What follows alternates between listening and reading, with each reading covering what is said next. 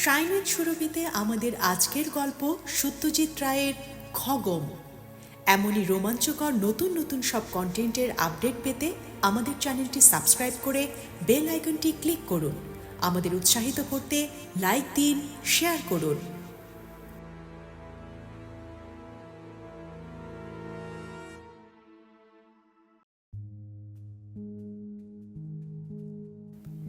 পেট্রোমেক্সের আলোতে বসে ডিনার খাচ্ছি। সবে মাত্র ডালনার ডিমে একটা কামড় দিয়েছি।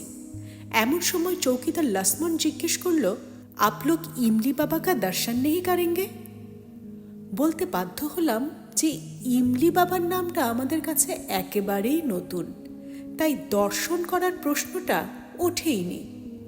লক্ষ্মণ বলল, জঙ্গল বিভাগের যে জিপটা আমাদের জন্য মোতায়েন হয়েছে তার ড্রাইভারকে বললেই সে আমাদের বাবার ডেরায় নিয়ে যাবে।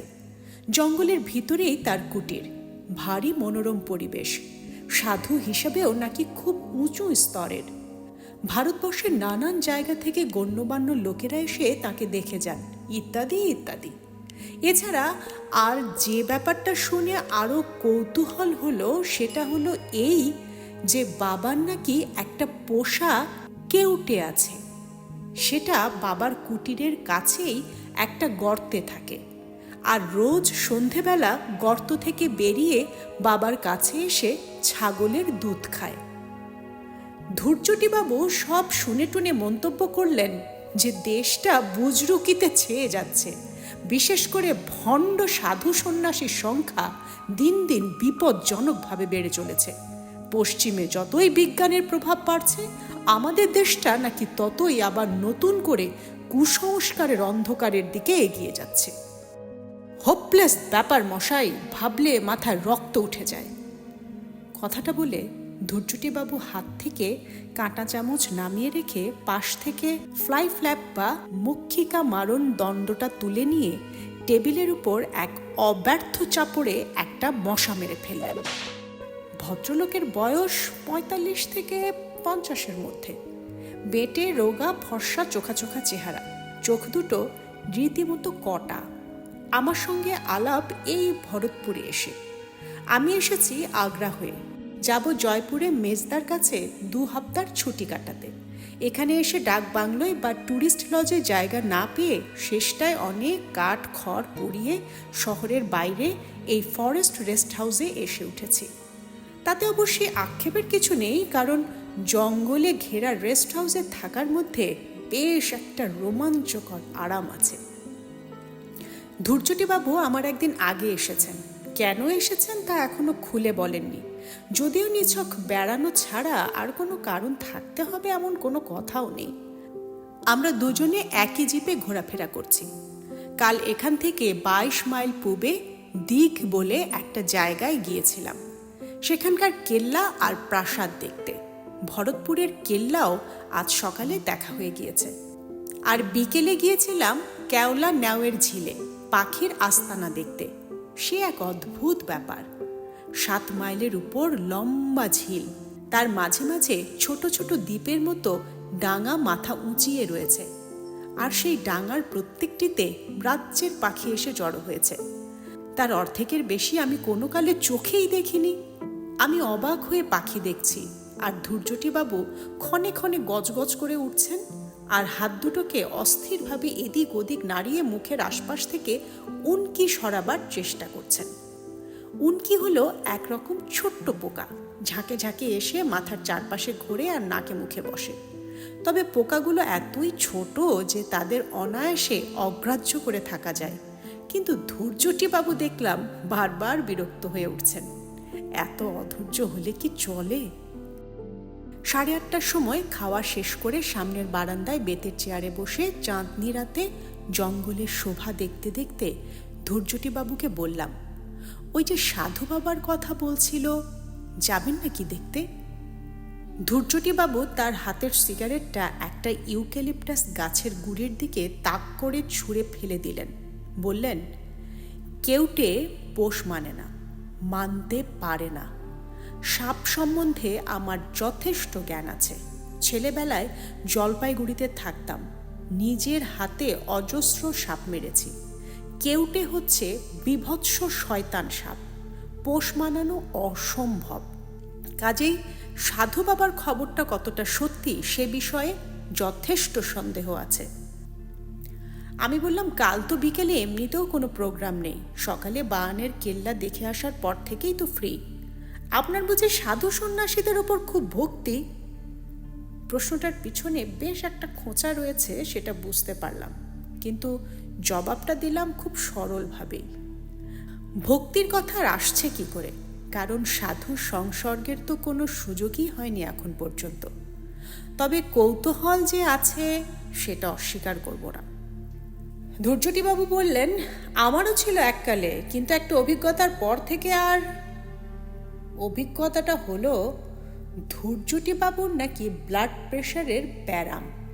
বছর 10 আগে তার জ্যাঠামশাইয়ের পাল্লায় পড়ে তিনি এক সাধু বাবার দেওয়া টোটকা ওষুধ খেয়ে নাকি 7 দিন ধরে অসহ্য পেটের যন্ত্রণায় ছটফট করেছিলেন, আর তার ফলে তার রক্তের চাপও নাকি গিয়েছিল বেড়ে। সেই থেকে ধৈর্যটিবাবুর ধারণা হয়েছে ভারতবর্ষের 90% সাধুই হচ্ছে আসলে ভণ্ড, অসাধু। ভদ্রলোকের বাবা বিদ্বেষটা বেশ মজার লাগছিল, তাই তাকে খানিকটা উস্কানোর জন্যই বললাম, কেউটের পোষ মানার কথা যে বলছেন, আমি আপনি পোষ মানাতে পারবো না নিশ্চয়ই, কিন্তু হিমালয়ের কোনো কোনো সাধু তো শুনেছি একেবারে বাঘের গুহায় বাঘের সঙ্গে একসঙ্গে বাস করে। শুনেছেন তো, দেখেছেন কি? স্বীকার করতেই হলো যে দেখিনি। দেখবেন না, এ হলো আষাঢ়ে গপ্পর দেশ। শুনবেন অনেক কিছুই, কিন্তু চাক্ষুষ করতে চাইলে দেখতে পাবেন না। আমাদের রামায়ণ মহাভারতই দেখুন না, বলছে ইতিহাস, কিন্তু আসলে আজগুবি গপ্পর ডিপো। রাবণের 10টা মাথা, হনুমান লেজে আগুন নিয়ে লঙ্কা পুড়াচ্ছে, ভীমের অ্যাপিটাইট, ঘটোৎকচ, হিড়িম্বা, পুষ্পক রথ, কুম্ভকর্ণ, এগুলোর চেয়ে বেশি ননসেন্স আর কি আছে? আর সাধু সন্ন্যাসীদের ভণ্ডামির কথা যদি বলেন, তো এইসব পুরাণ থেকেই শুরু হয়েছে, অথচ সারা দেশের শিক্ষিত অশিক্ষিত লোকে এতদিন ধরে এইসব গিলে খাচ্ছে। বায়ানের কেল্লা দেখে রেস্ট হাউসে ফিরে লাঞ্চ ও বিশ্রাম সেরে ইমলি বাবার ডেরায় পৌঁছাতে 4টে বেজে গেল। ধৈর্যটিবাবু এ ব্যাপারে আর আপত্তি করেননি। হয়তো তার নিজেরও বাবা সম্পর্কে একটু কৌতূহল হচ্ছিল। জঙ্গলের মধ্যে একটা দিব্যি পরিষ্কার খোলা জায়গায় একটা বিরাট তেঁতুল গাছের নিচে বাবার কুটির। গাছের থেকেই বাবার নামকরণ, আর সেটা করেছে স্থানীয় লোকেরা। বাবার আসল নাম কি তা কেউ জানে না। খেজুর পাতার ঘরে একটি মাত্র চেলা সঙ্গে নিয়ে ভাল্লুকের ছালের উপর বসে আছেন বাবা। চেলাটির বয়স অল্প, বাবার বয়স কত তা বোঝার জো নেই। সূর্য ডুবতে এখনো ঘণ্টাখানেক বাকি, কিন্তু তেঁতুল পাতার ঘন ছাউনির জন্য এ জায়গাটা এখনই বেশ অন্ধকার।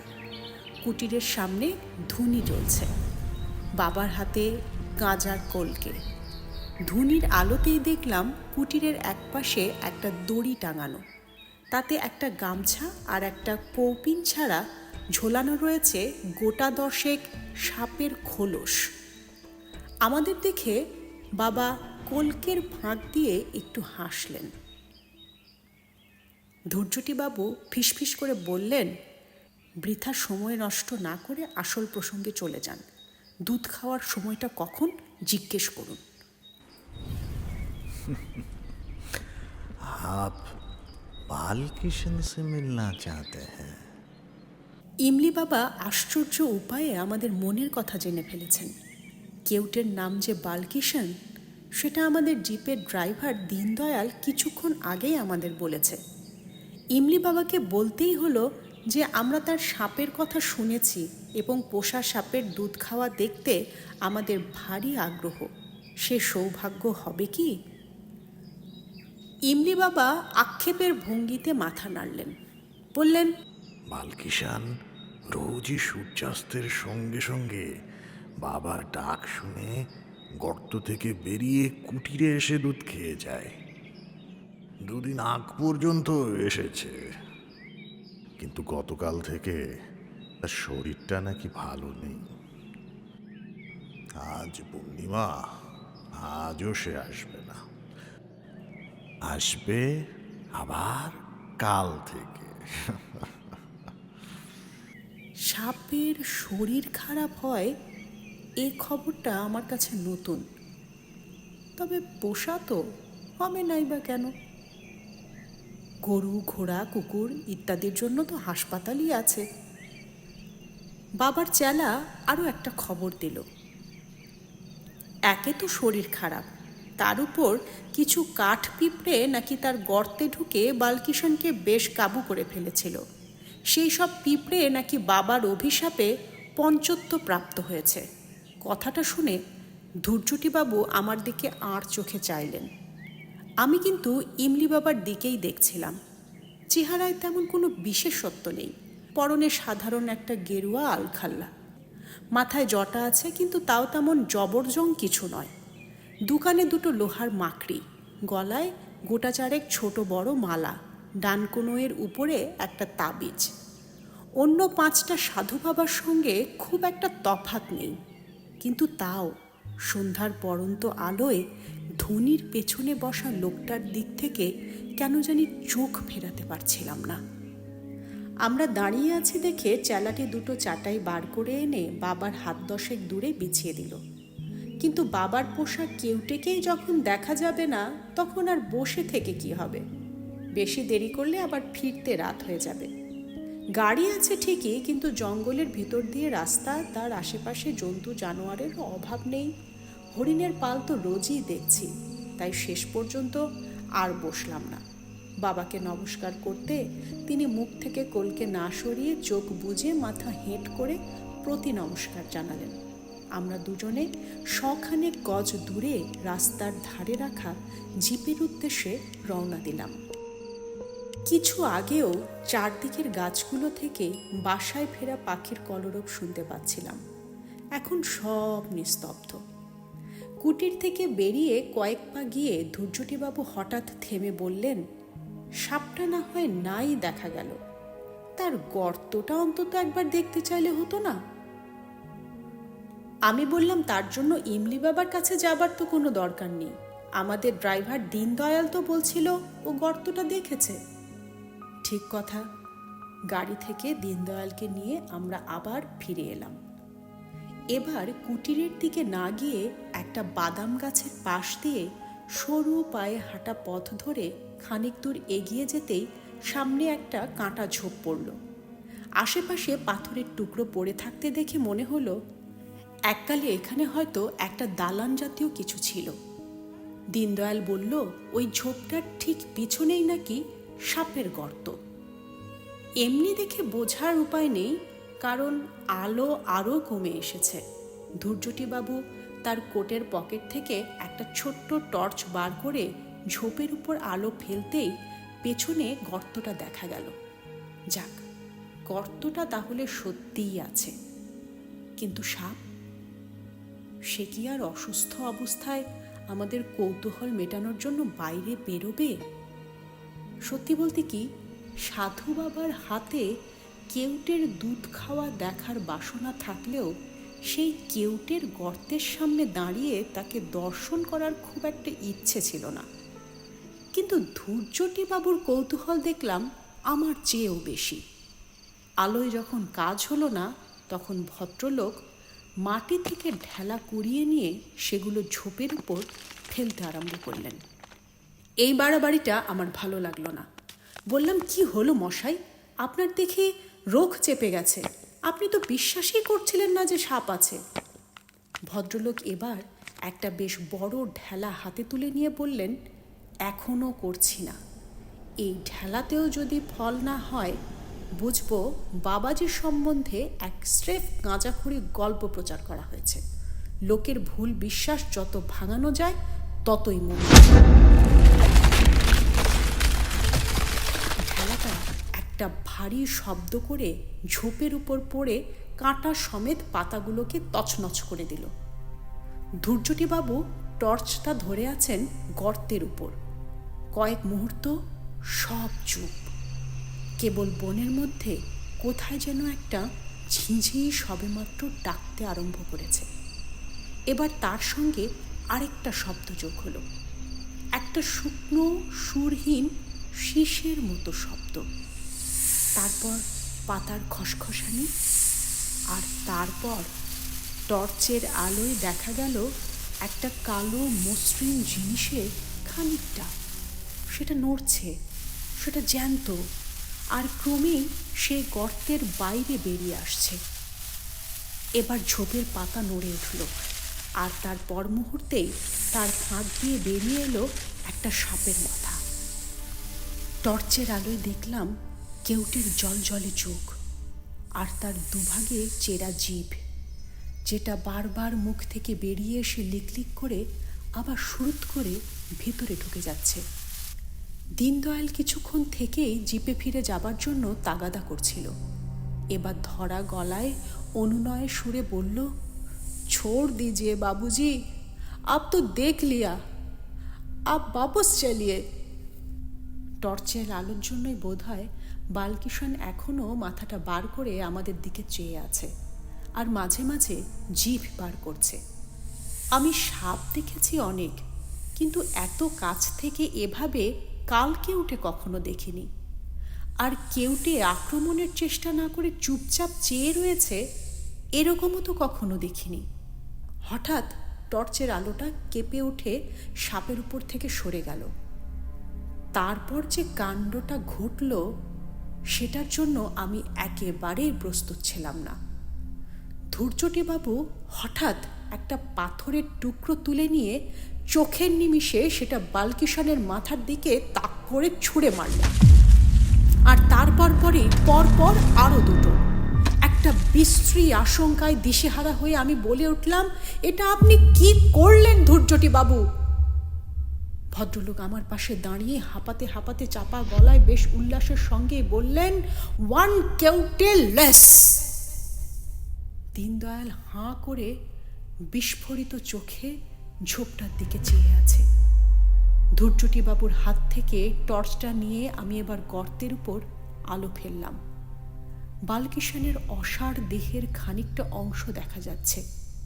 ঝোপের পাতায় লেগে রয়েছে সাপের মাথা থেকে ছিটকিয়ে বেরোনো খানিকটা রক্ত। এর মধ্যে কখন যে ইমলি বাবা আর তার চেলা এসে আমাদের পেছনে দাঁড়িয়েছে তা বুঝতেই পারিনি। ধূর্যটিবাবুই প্রথম পিছন ফিরলেন। তারপর আমিও ঘুরে দেখি বাবা হাতে একটি ষষ্ঠী নিয়ে আমাদের থেকে হাত দশেক দূরে একটা বেঁটে খেজুর গাছের পাশে দাঁড়িয়ে ধূর্যটিবাবুর দিকে এক দৃষ্টে চেয়ে আছেন। বাবা যে এত লম্বা সেটা বসা অবস্থায় বুঝতে পারিনি, আর তার চোখের চাহনির বর্ণনা দেওয়ার ক্ষমতা আমার নেই। শুধু এইটুকু বলতে পারি যে বিস্ময়, ক্রোধ আর বিদ্বেষ মেশানো এমন চাহনি আমি আর কারো চোখে দেখিনি। বাবার ডান হাতটা এবার সামনের দিকে উঠে এলো। এখন সেটা নির্দেশ করছে ধূর্যটিবাবুর দিকে। হাতের তর্জনীটা এবার সামনের দিকে বেরিয়ে এসে নির্দেশটা আরও স্পষ্ট হলো। এই প্রথম দেখলাম বাবার আঙুলের একটা নখ প্রায় 2 ইঞ্চি লম্বা। কার কথা মনে পড়ছে যেন বাবাকে দেখে। ছেলেবেলায় দেখা বেডন স্ট্রিটে আমার মামা বাড়ির দেয়ালে টাঙানো রবি বর্মার আঁকা একটা ছবি। দুর্বাসামণি অভিশাপ দিচ্ছেন শকুন্তলাকে। ঠিক এইভাবে হাত তোলা, চোখে ঠিক এই চাহনি।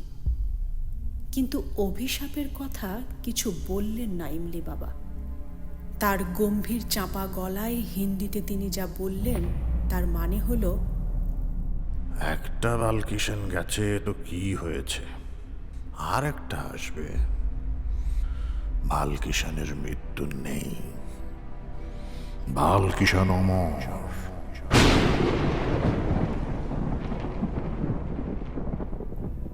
ধূর্যটিবাবু তার ধুলোমাখা হাত রুমালে মুছে আমার দিকে ফিরে বললেন, চলুন। বাবার চেলা এসে গর্তের মুখ থেকে কেউটের মৃতদেহটা বার করে নিল। বোধহয় তার সৎকারের ব্যবস্থার জন্য। সাপের দৈর্ঘ্য দেখে আমার মুখ থেকে আপনা থেকেই একটা বিস্ময়সূচক শব্দ বেরিয়ে পড়ল। কেউটে যে এত লম্বা হতে পারে তা আমার ধারণাই ছিল না। ইমলি বাবা ধীরে ধীরে তার কুটিরের দিকে চলে গেলেন। আমরা তিনজন গিয়ে জিপে উঠলাম। রেস্ট হাউসে ফেরার পথে ধৈর্যটিবাবুকে গুম হয়ে বসে থাকতে দেখে তাকে একটা কথা না বলে পারলাম না। বললাম, সাপটা যখন লোকটার পোষা আর আপনার কোনো অনিষ্টও করছিল না, তখন ওটাকে মারতে গেলেন কেন?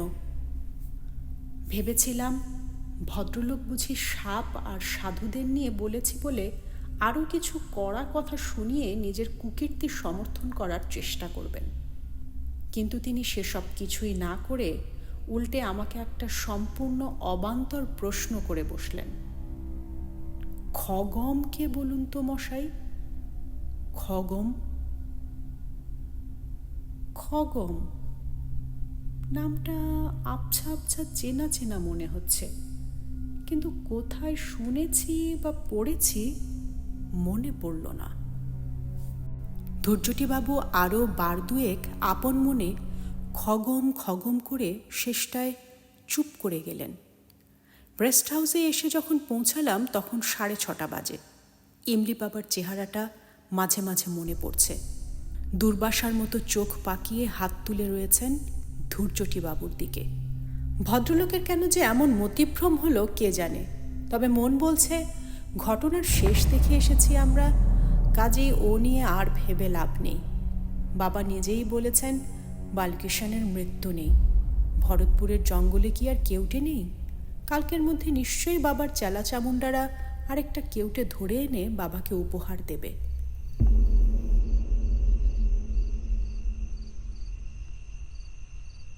ডিনারে লাছমান মুরগির কারি রেঁধেছিল, আর তার সঙ্গে ঘিয়ে ভাজা হাতের রুটি আর উড়ুদকা ডাল। সারাদিনের ঘোরাফেরার পর খিদেটা দিব্যি হয়। কলকাতার রাত্রে যা খাই তার ডাবল খেয়ে ফেলি অক্লেশে। ধৈর্যটিবাবু ছোটোখাটো মানুষ হলে কি হবে, তিনিও বেশ ভালোই খেতে পারেন, কিন্তু আজ যেন মনে হলো ভদ্রলোকের খিদে নেই, শরীর খারাপ লাগছে। শরীর খারাপ লাগছে কিনা জিজ্ঞেস করাতে কিছু বললেন না। আমি বললাম, আপনি কি বালকিষানের কথা ভেবে আক্ষেপ করছেন? ধৈর্যটিবাবু আমার কথায় মুখ খুললেন বটে, কিন্তু যা বললেন সেটাকে আমার প্রশ্নের উত্তর বলা চলে না। পেট্রোম্যাক্সের দিকে এক দৃষ্টে তাকিয়ে থেকে গলাটাকে ভীষণ সরু আর মোলায়েম করে বললেন, ফিস ফিস করছিল। আমি হেসে বললাম, ফিস ফিস না ফোঁস ফোঁস? ধৈর্যটিবাবু আলোর দিক থেকে চোখ না সরিয়ে মাথা নেড়ে বললেন, না, ফিস ফিস। সাপের ভাষা, সাপের শীষ। ফিস ফিস, ফিস ফিস। কথাটা বলে ভদ্রলোক নিজেই জিভের ফাঁক দিয়ে সাপের শীষের মতো শব্দ করলেন কয়েকবার। তারপর আবার ছড়া কাটার ভঙ্গিতে মাথা নেড়ে বললেন, সাপের ভাষা, সাপের শীষ। ফিস ফিস, ফিস ফিস। বালকিষানের বিষম বিষ। ফিস ফিস, ফিস ফিস। সাপের ভাষা, সাপের শীষ। ফিস ফিস, ফিস ফিস। বালকিষানের বিষম বিষ। বালকিষানের বিষম বিষ। ফিস ফিস, ফিস ফিস। এটা কি ছাগলের দুধ? শেষ কথাটা অবশ্যই ছড়ার অংশ নয়, সেটা হলো সামনে প্লেটে রাখা পুডিংকে উদ্দেশ্য করে। লাছমান শুধু দুধটা বুঝে ছাগল টাগল না বুঝে বলল, হ্যাঁ বাবু, দুধ হ্যায় আর আন্ডে ভি হ্যায়। দুধ আর ডিম দিয়ে যে পুডিং হয় সে কথা কে না জানে। ধৈর্যটিবাবুর লোকটা স্বভাবতই একটু খামখেয়ালি ও ছিটগ্রস্ত। তিনি নিজেই হয়তো সেটা বুঝতে পেরে যেন জোর করে নিজেকে সামলে নিয়ে বললেন, বড় বেশি রোদে ঘোরা হয়েছে কদিন, তাই বোধহয় মাথাটা কাল থেকে একটু সাবধান হতে হবে। আজ শীতটা বেশ জাঁকিয়ে পড়েছে, তাই খাবার পর আর বাইরে না বসে ঘরে গিয়ে আমার সুটকেসটা গোছাতে লাগলাম। কাল সন্ধ্যার ট্রেনে ভরতপুর ছাড়ব। মাঝরাত্রিরে সওয়াই মাধোপুরে চেঞ্জ আর 5টায় জয়পুর পৌঁছানো। অন্তত এটাই ছিল আমার প্ল্যান, কিন্তু সে প্ল্যান ভেস্তে গেল। মেজদাকে টেলিগ্রাম করে জানিয়ে দিতে হলো যে অনিবার্য কারণে যাওয়া একদিন পিছিয়ে যাচ্ছে। কেন এমন হলো সেটাই এখন বলতে চলেছি। ঘটনাগুলো যথাসম্ভব স্পষ্ট ও অবিকলভাবে বলতে চেষ্টা করব। এ ঘটনা যে সকলে বিশ্বাস করবে না সেটা জানি। প্রমাণ যাতে হতে পারত সে জিনিসটা ইমলি বাবার কুটিরের 50 হাত উত্তরে হয়তো এখনও মাটিতে পড়ে আছে। সেটার কথা ভাবলেও আমার গা শিউরে ওঠে। কাজেই সেটা প্রমাণ হিসেবে হাতে করে তুলে নিয়ে আসতে পারিনি, তাতে আর আশ্চর্য কি। যাকে এখন ঘটনায় আসা যাক। সুটকেস গুছিয়ে লণ্ঠনটাকে কমিয়ে ড্রেসিং টেবিলের আড়ালে রেখে রাতের পোশাক পরে বিছানায় উঠতে যাব, এমন সময় পূব দিকের দরজায় টোকা পড়ল। এই দরজার পেছনেই ধূর্যটিবাবুর ঘর। দরজা খুলতেই ভদ্রলোক চাপা গলায় বললেন, আপনার কাছে ফ্লিট জাতীয় কিছু আছে, কিংবা মশা তাড়ানোর অন্য কোনো ওষুধ? আমি বললাম, মশা এলো কোত্থেকে? আপনার ঘরের দরজা জানলায় জাল দেওয়া নেই? তা আছে, তবে তাও কি যেন কামড়াচ্ছে। সেটা টের পাচ্ছেন আপনি? হাতে মুখে দাগ হয়ে যাচ্ছে। দরজার মুখটায় অন্ধকার, তাই ভদ্রলোকের চেহারাটা ভালো করে দেখতে পাচ্ছিলাম না। বললাম, আসুন ভেতরে, দেখি কি দাগ হলো। ধূর্যটিবাবু ঘরের ভেতরে এলেন। লণ্ঠনটা সামনে তুলতেই দাগগুলো দেখতে পেলাম। রুহিতন মার্কা কালশিটের মতো দাগ। এই জিনিস আগে কখনো দেখিনি, আর দেখে মোটেই ভালো লাগলো না। বললাম, বিদকুটে ব্যারাম বাঁধিয়েছেন? অ্যালার্জি থেকে হতে পারে। কাল সকালে উঠে ডাক্তারের খোঁজ করতে হবে। আপনি বরং ঘুমাতে চেষ্টা করুন, ও নিয়ে আর চিন্তা করবেন না। আর এটা পোকার ব্যাপার নয়, অন্য কিছু। যন্ত্রণা হচ্ছে কি? উনি বললেন, তাও ভালো, যান শুয়ে পড়ুন। ভদ্রলোক চলে গেলেন, আর আমিও বিছানায় উঠে কম্বলের তলায় ঢুকে পড়লাম। রাত্রে ঘুমাবার আগে বিছানায় শুয়ে বই পড়ার অভ্যাস আমার। এখানে লণ্ঠনের আলোয় সেটা আর পড়া সম্ভব হচ্ছে না। আর সত্যি বলতে কি, সেটার প্রয়োজনও নেই। সারাদিনের ক্লান্তির পর বালিশে মাথা দেবার 10 মিনিটের মধ্যে ঘুম এসে যায়। কিন্তু আজ আর সেটা হলো না। একটা গাড়ির শব্দে তন্দ্রা ভেঙে গেল। সাহেবের গলা শুনতে পাচ্ছি, আর একটা অচেনা কুকুরের ডাক। টুরিস্ট এসেছে রেস্ট হাউসে। কুকুরটা ধমক খেয়ে চেঁচানো থামালো। সাহেবরাও বোধহয় ঘরে ঢুকে পড়েছে। আবার সব নিস্তব্ধ। কেবল বাইরে ঝিঝি ডাকছে। না শুধু ঝিঝি নয়, তাছাড়াও আরেকটা শব্দ পাচ্ছি। আমার পূব দিকের প্রতিবেশী এখনো সজাগ। শুধু সজাগ নয়, সচল। তার পায়ের শব্দ পাচ্ছি। অথচ দরজার তলার ফাঁক দিয়ে কিছুক্ষণ আগেই দেখেছি লণ্ঠনটা হয় নিভিয়ে দেওয়া হলো, না হয় পাশের বাথরুমে রেখে আসা হলো। অন্ধকার ঘরে ভদ্রলোক পায়চারি করছেন কেন? এই প্রথম আমার সন্দেহ হলো। ভদ্রলোকের মাথায় ছিটেরও একটু বেশি কিছু আছে। তার সঙ্গে আলাপ আমার মাত্র 2 দিনের। তিনি নিজে যা বলেছেন তার বাইরে তার সম্বন্ধে আমি কিছুই জানি না। কিন্তু সত্যি বলতে কি, মাত্র কয়েক ঘন্টা আগে পর্যন্ত যাকে পাগলামো বলে, তার কিন্তু কোনো লক্ষণ আমি ধূর্যটিবাবুর মধ্যে দেখিনি। দিক আর বায়ানের কেল্লা দেখতে দেখতে তিনি যে ধরনের কথাবার্তা বলছিলেন তাতে মনে হলো ইতিহাসটা তার বেশ ভালোভাবেই পড়া আছে। শুধু তাই নয়, আর্ট সম্বন্ধেও যে তার যথেষ্ট জ্ঞান আছে সেটার প্রমাণও তিনি তার কথাবার্তায় দিয়েছেন। রাজস্থানের স্থাপত্যে হিন্দু ও মুসলমান কারিগরদের কাজের কথা তিনি রীতিমতো উৎসাহের সঙ্গে বলছিলেন।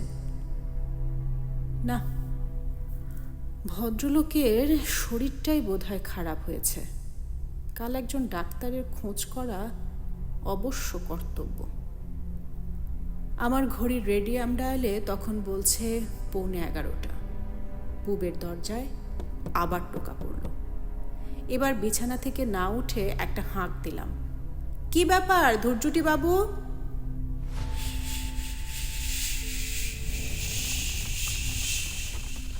কি বলছেন?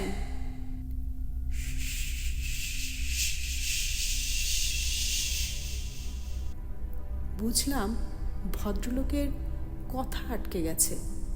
এ তো আচ্ছা ফ্যাসাদে পড়া গেল দেখছি। আবার বললাম, কি বলছেন ঠিক করে বলুন।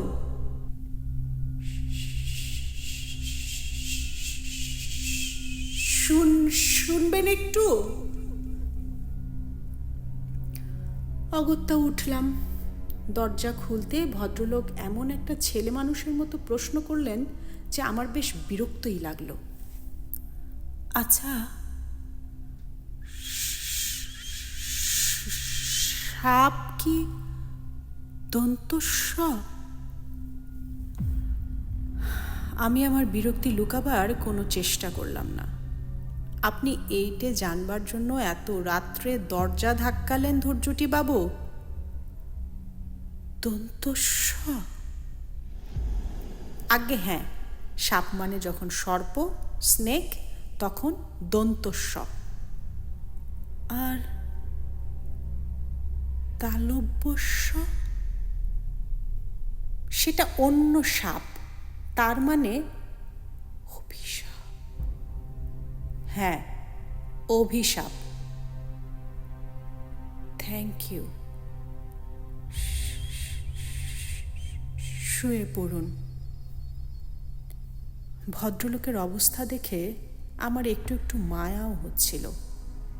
বললাম, আপনাকে বরং একটু ঘুমের ওষুধ দেই। ও জিনিসটা আছে আমার কাছে, খাবেন? না, শীতকালে এমনিতেই ঘুমোই। শুধু সন্ধ্যায় সূর্যাস্তের সময়। ভদ্রলোককে বাধা দিয়ে বললাম, আপনার জিভে কিছু হয়েছে নাকি? কথা আটকে যাচ্ছে কেন? আপনার টর্চটা একবার দিন তো আমায়। ভদ্রলোকের পেছন পেছন আমিও ওর ঘরে ঢুকলাম। টর্চটা ড্রেসিং টেবিলের উপরে রাখা ছিল। সেটা জেলে ভদ্রলোকের মুখের সামনে ধরতেই তিনি হাঁ করে জিভটা বার করে দিলেন। জিভে কিছু যে একটা হয়েছে সে বিষয়ে সন্দেহ নেই। একটু সরু লাল দাগ ডগা থেকে শুরু করে জিভের মাঝখান পর্যন্ত চলে গেছে। এটাতেও কোনো যন্ত্রণা নেই বলছেন? কই না তো। কি যে ব্যারাম বাঁধিয়ে বসেছেন ভদ্রলোক, সেটা আমার বোঝার সাধ্য নেই। এবারে ভদ্রলোকের খাটের দিকে চোখ গেল। বিছানার পরিপাটি ভাব দেখে বুঝলাম তিনি এখনো পর্যন্ত খাটেই ওঠেননি। বেশ কড়া সুরে এবার বললাম, আপনাকে শুতে দেখে তারপর আমি নিজের ঘরে যাব। আর জোর হাত করে অনুরোধ করছি, আর দরজা ধাক্কাবেন না। কাল ট্রেনে ঘুম হবে না জানি, তাই আজকের রাতটা ঘুমিয়ে নিতে চাই।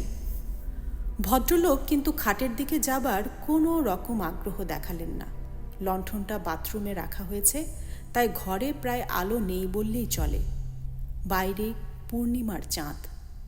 উত্তরের জানালা দিয়ে ঘরের মেঝেতে জ্যোৎস্না এসে পড়েছে। তারই প্রতিফলিত আলোয় ধৈর্যটিবাবুকে দেখতে পাচ্ছি। স্লিপিং স্যুট পরে দাঁড়িয়ে রয়েছেন, আর মাঝে মাঝে ঠোঁট ফাঁক করে শীষ দেওয়ার মতো শব্দ করছেন।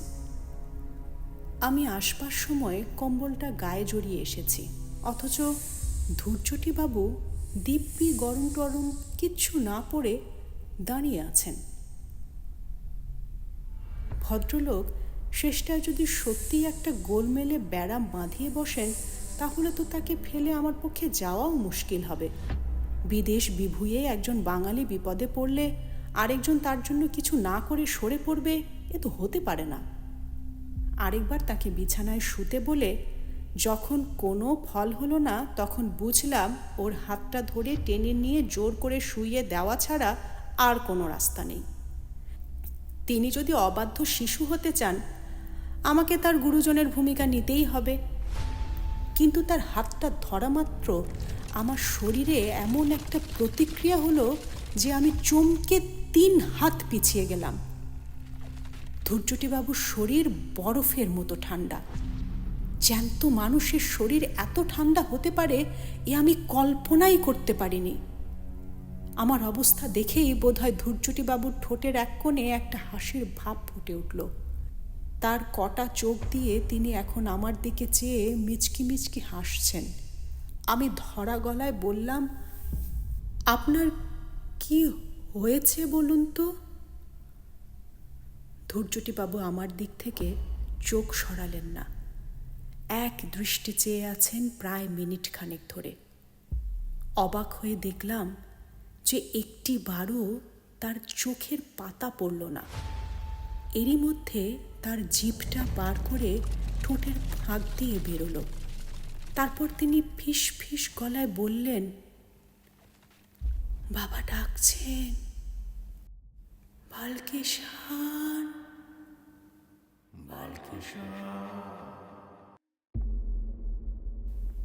তারপর ভদ্রলোকের হাঁটু ভাঁজ হয়ে গেল।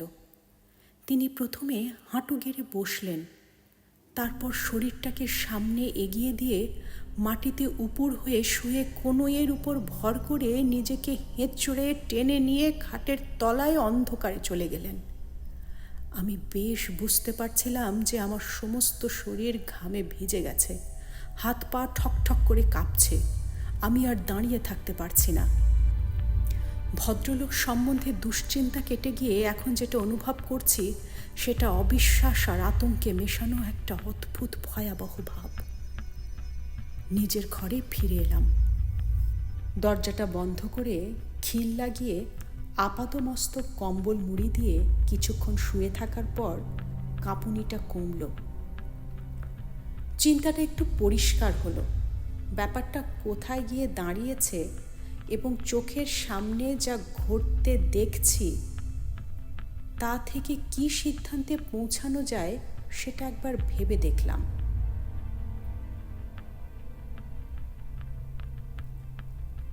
আজ বিকেলে আমার সামনে ধূর্যটিবাবু ইমলি বাবার পোশাক কেউটেকে পাথরের ঘায়ে মেরে ফেললেন। তারপরেই ইমলি বাবা ধূর্যটিবাবুর দিকে আঙুল দেখিয়ে বললেন, একটা বালকিষান গেছে, তার জায়গায় আরেকটা বালকিষান আসবে। সেই দ্বিতীয় বালকিষান কি সাপ, না মানুষ, নাকি সাপ হয়ে যাওয়া মানুষ? ধূর্যটিবাবুর সর্বাঙ্গে চাকা চাকা দাগগুলো কি? জিভের দাগটা কি? সেটা কি দুভাগে ভাগ হয়ে যাবার আগের অবস্থা? তার শরীর এত ঠান্ডা কেন? তিনি খাটে না শুয়ে খাটের তলায় ঢুকলেন কেন? হঠাৎ বিদ্যুতের ঝলকের মতো একটা জিনিস মনে পড়ে গেল, খগম। ধূর্যটিবাবু জিজ্ঞেস করেছিলেন খগমের কথা। নামটা চেনা চেনা লাগছিল, কিন্তু বুঝতে পারিনি। এখন মনে পড়ে গেছে, ছেলেবেলায় পড়া মহাভারতের একটা গল্প। খগম নামে এক তপস্বী ছিলেন। তার অভিশাপে তার বন্ধু সহস্রপাদমুনি ঠোঁড়া সাপ হয়ে যান। খগম, সাপ, সাপ, অভিশাপ, সব মিলে যাচ্ছে। তবে তিনি হয়েছিলেন ঢোঁড়া, আর ইনি কি? আমার দরজায় আবার কে যেন ধাক্কা দিচ্ছে, উপর দিকে নয়, তলার দিকে, চৌকাঠের ঠিক ওপরে। একবার, দুবার, তিনবার। আমি বিছানা থেকে নড়লাম না। দরজা আমি খুলব না, আর না। আওয়াজ বন্ধ হলো। আমি দম বন্ধ করে কান পেতে আছি। এবার কানে এলো শীষের শব্দ। দরজার কাছ থেকে ক্রমে সেটা দূরে সরে গেল। এবার আমার নিজের হৃদস্পন্দন ছাড়া আর কোনো শব্দ নেই। ওটা কি? একটা চিঁচি শব্দ, একটা তীক্ষ্ণ মিহি আর্তনাদ। ইঁদুর নাকি? এখানে ইঁদুর আছে? প্রথম রাত্রেই দেখেছি আমার ঘরে ইঁদুর আছে। পরদিন লক্ষ্মণকে বলাতে সে রান্নাঘর থেকে একটা ইঁদুর ধরা কলে জ্যান্ত ইঁদুর দেখিয়ে নিয়ে গেল। বলল, চুহা তো আছে, চুচুন্দর ভি হ্যায়। আর্তনাদ ক্রমেই মিলিয়ে এসে আবার নিস্তব্ধতা। 10 মিনিট গেল। ঘড়ি দেখলাম, 1:45। ঘুম যে কোথায় উধাও হয়েছে জানি না। জানালা দিয়ে বাইরের গাছপালা দেখা যাচ্ছে। চাঁদ বোধ হয় ঠিক মাথার উপরে। একটা দরজা খোলার শব্দ। পাশের ঘরে ধূর্চটিবাবু বারান্দায় যাবার দরজাটা খুলেছেন। আমার ঘরের যেদিকে জানলা, বারান্দায় যাবার দরজাও সেই দিকে। ধূর্চটিবাবুর ঘরেও তাই। বারান্দা থেকে নেমে 20 হাত গেলেই গাছপালা শুরু হয়। ধূর্চটিবাবু বারান্দায় বেরিয়েছেন। কোথায় যাচ্ছেন তিনি? কি মতলব তার? আমি এক দৃষ্টে জানালার দিকে চেয়ে রইলাম। শীষের শব্দ পাচ্ছি, সেটা ক্রমশ বাড়ছে। এবার সেটা ঠিক আমার জানালার বাইরে। জানালাটা ভাগ্যিস জালে ঢাকা, নইলে একটা কি জানি জিনিস জানালার তলার দিক থেকে উপরে উঠছে। খানিকটা উঠে থেমে গেল। একটা মাথা, লণ্ঠনের আবছা আলোয় দুটো জলজলে কটা চোখ। নিষ্পলক দৃষ্টিতে চোখ দুটো আমার দিকে চেয়ে আছে। প্রায় মিনিট খানেক এইভাবে থাকার পর একটা কুকুরের ডাক শোনা মাত্র মাথাটা বাঁ দিকে ঘুরে পরক্ষণেই আবার নিচের দিকে নেমে অদৃশ্য হয়ে গেল। কুকুরটা ডাকছে, পরিত্রাহী চিৎকার। এবার একটা ঘুম জড়ানো সাহেবী গলায় ধমকের আওয়াজ পেলাম। একটা কাতর গোঙানির সুরে কুকুরের ডাকটা থেমে গেল। তারপর আর কোনো শব্দ নেই। আমি মিনিট 10 ইন্দ্রিয়গুলোকে সজাগ রেখে শুয়ে রইলাম। কানের মধ্যে আজই রাত্রে শোনা একটা ছড়া বারবার ফিরে ফিরে আসছে। সাপের ভাষা, সাপের বিষ, ফিস ফিস ফিস ফিস, বালকিশানের বিষম বিষ, ফিস ফিস ফিস ফিস। ক্রমে সেই ছড়াটাও মিলিয়ে এলো।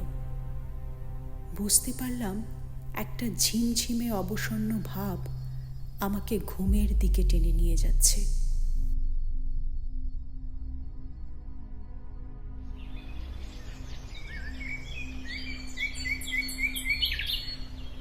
Hey, Bruce, come here. What happened? Tommy's dead. Oh my God, who did this? I don't know. ঘুমটা ভাঙলো সাহেবদের চেঁচামেচিতে। Could it be a ঘড়িতে snake? দেখি 6টা বাজতে চলল। Must have been bitten কিছু by a একটা scorpion. গন্ডগোল বেঁধেছে। Tommy, poor Tommy. তাড়াতাড়ি উঠে গিয়ে Come একটা here. গরম When কাপড় did this চাপিয়ে awful বাইরে last এসে night? শ্বেতাঙ্গ আগন্তুকদের সাক্ষাৎ পেলাম। 2 যুবক, আমেরিকান, ডাকনাম ব্রুস আর মাইকেল। তাদের পোষা কুকুরটা কাল রাত্রে মারা গেছে। কুকুরটাকে নিজেদের ঘরেই নিয়ে শুয়েছিল, তবে ঘরের দরজা বন্ধ করেনি। ওরা সন্দেহ করছে রাত্রে বিছে বা সাপ জাতীয় বিষাক্ত কিছু এসে কামড়ানোর ফলে এই দশা। মাইকেলের ধারণা কাঁকড়া বিছে, কারণ শীতকালে সাপ বেরোয় না সেটা সকলেই জানে। আমি আর কুকুরের উপর সময় নষ্ট না করে বারান্দার উল্টো দিকে ধূর্যটিবাবুর ঘরের সামনে গিয়ে হাজির হলাম। দরজা খোলা রয়েছে।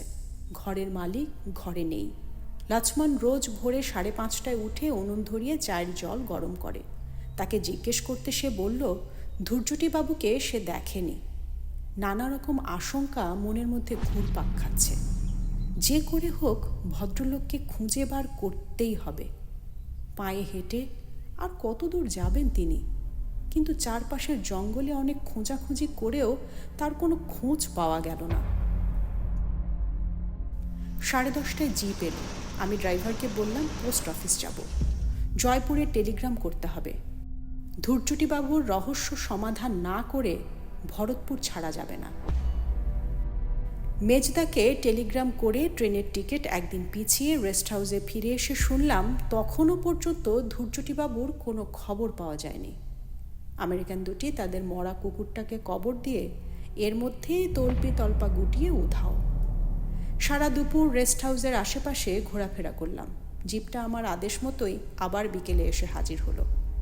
একটা মতলব ছিল মাথায়, মন বলছিল সেটায় হয়তো ফল হবে। ড্রাইভারকে বললাম ইমলি বাবার কাছে চলো। কাল যেমন সময় এসেছিলাম আজও প্রায় সেই একই সময় গিয়ে পৌঁছলাম বাবার কুটিরে। বাবা কালকের মতো ধুনি জ্বালিয়ে বসে আছেন। শিষ্য আজ আরও 2টি বেড়েছে, তার মধ্যে একজন মাঝবয়সী, অন্যটি ছোকরা। বাবা আমাকে দেখেই ঘাড় বেঁকিয়ে নমস্কার জানালেন। কালকের সেই ভস্য করা চাহনির সঙ্গে আজকের চাহনির কোনো মিল নেই। আমি আর সময় নষ্ট না করে বাবাকে সরাসরি জিজ্ঞেস করলাম আমার সঙ্গে কাল যে ভদ্রলোকটি এসেছিলেন তার কোনো খবর তিনি দিতে পারেন কিনা। বাবার মুখ প্রসন্ন হাসিতে ভরে গেল। বললেন, খবর আছে বই কি। তোমার দোস্ত আমার মনের আশা পূর্ণ করেছে। সে আমার বালকিশনকে আবার ফিরিয়ে এনেছে। এই প্রথম চোখে পড়ল বাবার ডান পাশে রাখা রয়েছে একটা পাথরের বাটি। সে বাটিতে যে সাদা তরল পদার্থটা রয়েছে সেটা দুধ ছাড়া আর কিছুই নয়। কিন্তু সাপ আর দুধের বাটি দেখতে তো আর আমি এত দূর আসিনি। আমি এসেছি ধূর্যটি প্রসাদ বসুর খোঁজে। লোকটা তো আর হাওয়ায় মিলিয়ে যেতে পারে না। তার অস্তিত্বের একটা চিহ্নও যদি দেখতে পেতাম তবু খানিকটা নিশ্চিন্ত হওয়া যেত। ইমলি বাবা মানুষের মনের কথা বুঝে ফেলতে পারেন এটা আগেও দেখেছি। গাঁজার কলকেতে বড় রকম একটা টান দিয়ে সেটা পাশের পৌর চেলার হাতে চালান দিয়ে বললেন, শঙ্কর, তোমার বন্ধুকে তো তুমি আর আগের মতো ফিরে পাবে না, তবে তার স্মৃতিচিহ্ন সে রেখে গেছে। সেটা তুমি পাবে বালকিশানের ডেরার 50 পা দক্ষিণে। সাবধানে যেও, অনেক কাটা গাছ পড়বে পথে। বাবার কথা মতো গেলাম বালকিশানের গর্তের কাছে। সে গর্তে এখন সাপ আছে কি না সেটা জানার আমার বিন্দু মাত্র কৌতূহল নেই। আকাশে ডুবুডুবু সূর্যের দিকে চেয়ে হিসেব করে দক্ষিণ দিক ধরে এগিয়ে গেলাম।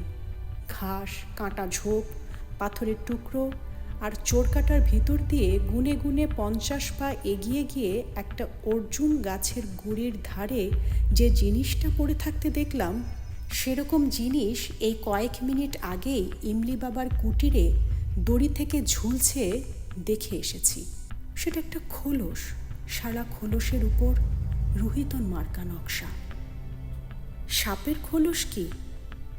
না, তা নয়। সাপের শরীর কি এত চওড়া হয়? আর তার দুপাশ দিয়ে কি 2টো হাত আর তলা দিয়ে কি একজোড়া পা বেরোয়? আসলে এটা একটা মানুষের খোলস। সে মানুষটা এখন আর মানুষ নেই। সে এখন ওই গর্তটার মধ্যে কুণ্ডলি পাকিয়ে শুয়ে আছে। সে যাতে কেউটে, তার দাঁতে বিষ। ওই যে তার শেষ শুরু হলো। ওই যে সূর্য ডুবল, ওই যে ইমলি বাবা ডাকছে।